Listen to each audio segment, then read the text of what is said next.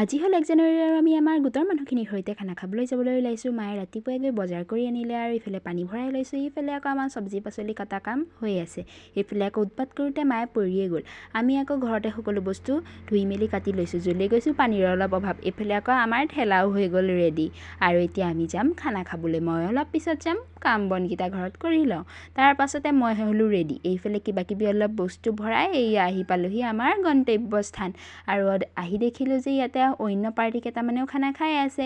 এইফালে আহি দেখিলোঁ যে মায়ে প্ৰথমতে দালি বনাইছে আৰু তাৰ পাছত মাংস বনাব। আৰু আমাৰ মা হ'ল মেইন ৰান্ধনী। তাৰ পাছতে দেখিলোঁ যে ৰবাব টেঙা আছিল আৰু ভাবিলোঁ যে ৰবাব টেঙাও খাই লওঁ।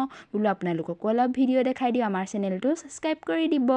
এইফালে সকলোৱে কাম কৰি আছে। মোৰ আকৌ হাতখন সৰু, ডাঙৰ বস্তু কাটিবই নোৱাৰোঁ। তেওঁ যেনে তেনে বাকলিকেইটা গুচাই দিলোঁ। এইফালে আকৌ মায়ে মাংস ভাজিলে আৰু এইফালে এপাক নাচি ল'লোঁ আৰু আজিলৈ আহোঁ, বাই।